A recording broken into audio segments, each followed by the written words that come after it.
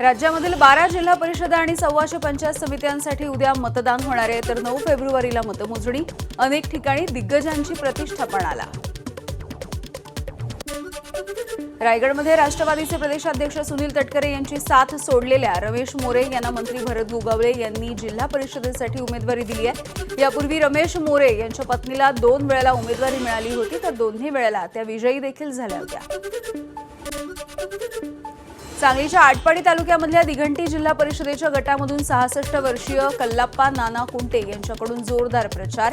राजकारण, समाजकारण आणि अध्यात्माच्या जोरावरती विजय आमचाच होईल असा विश्वास त्यांनी व्यक्त केलाय. सांगलीच्या कडेगाव तालुक्यामधील वांगी गावाच्या मौजे वडिये रायबाग या परिसरामध्ये भाजपकडून मतदारांना साड्यांचं वाटप. स्नेहा महाडिक या भाजपच्या उमेदवार आहेत. मतदारांना प्रलोभन देत असल्याचा काँग्रेसचा आरोप आहे. शेतकरी आत्महत्या हा गंभीर विषय असून कर्जमाफी करण्यापेक्षा शेतकऱ्यांना हमीभाव कसा मिळेल, शेतीविषयक खर्च कसा कमी होईल आणि शेतीमध्ये नफा कसा होईल याकडे सरकारनं लक्ष घालावं. जन आंदोलन समितीचे अध्यक्ष किशोर तिवारींची प्रतिक्रिया.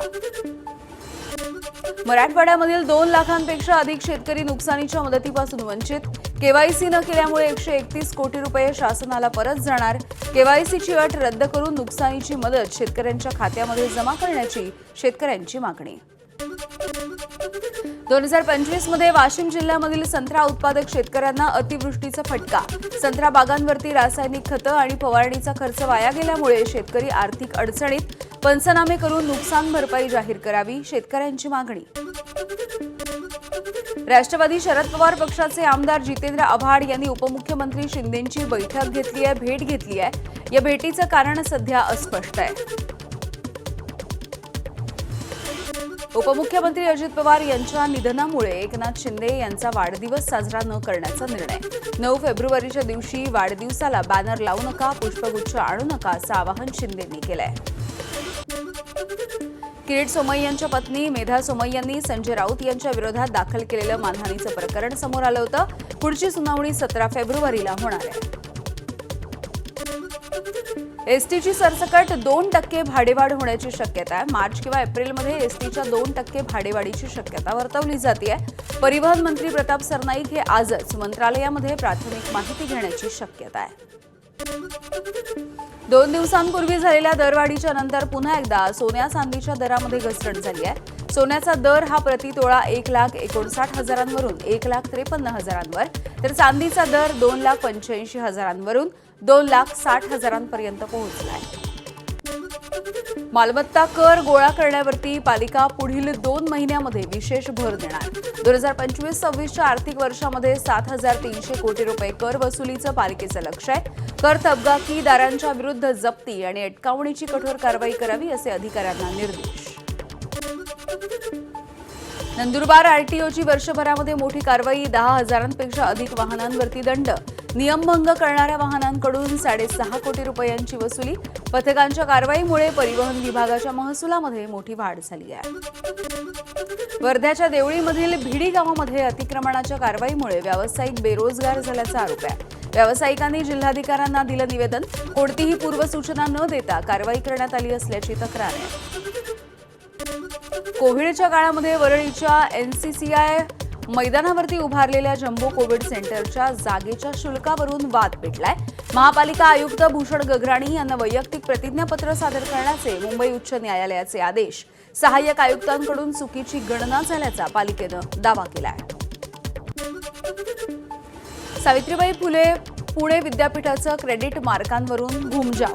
श्रमदान केलं ऐच्छिक. कुंभमेळ्यामध्ये श्रमदान केलं तर 2 क्रेडिट मार्कांचा निर्णय घेण्यात आला होता. रिपब्लिकन विद्यार्थी सेना आणि विद्यार्थी संघटना यांनी याला विरोध केला.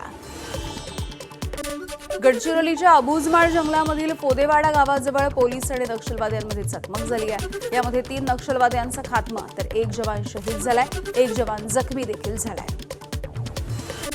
धाराशिव जिल्ह्यामधल्या कळमवाशी आणि भूम परिसरामध्ये गूढ आवाजांनी हा परिसर हादरलाय. घरामधली भांडी, दरवाजे, खिडक्या हादरतायत. त्यामुळे नागरिकांमध्ये भीतीचं वातावरण आहे. तर कोणत्याही पद्धतीच्या भूकंपाची अधिकृत नोंद नसल्याची जिल्हाधिकाऱ्यांची माहिती आहे.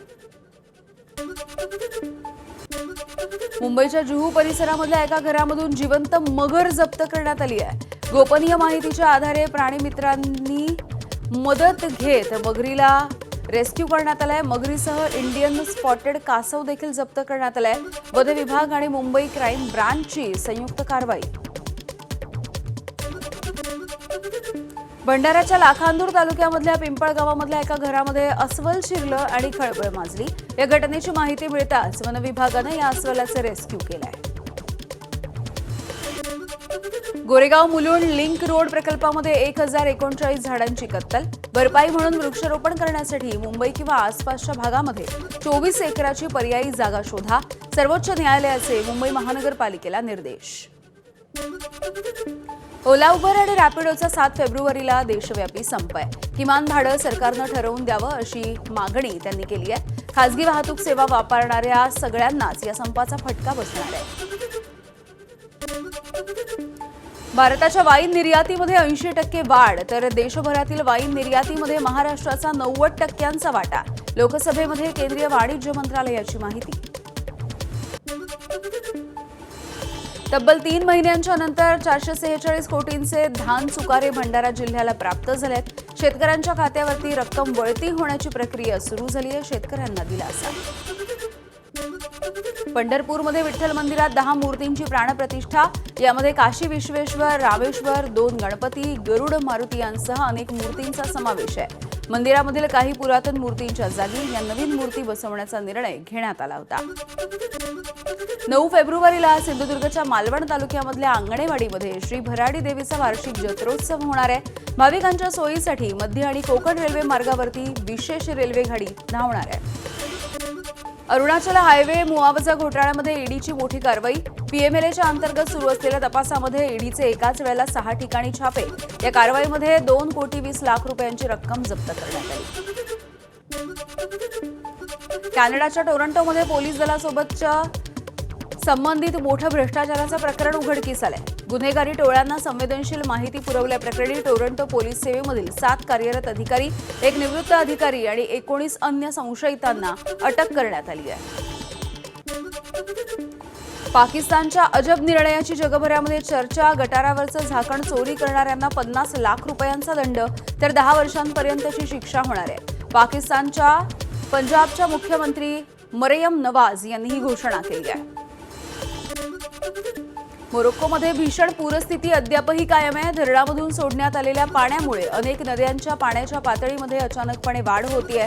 1 लाखांपेक्षा अधिक नागरिकांचं सुरक्षित ठिकाणी स्थलांतर करण्यात यश आलंय, तर कासर अल कबीर या शहराचा 85% भाग हा पुराच्या पाण्यानं उद्ध्वस्त झालाय। एबीपी माझा, उघडा डोळे बघा नीट।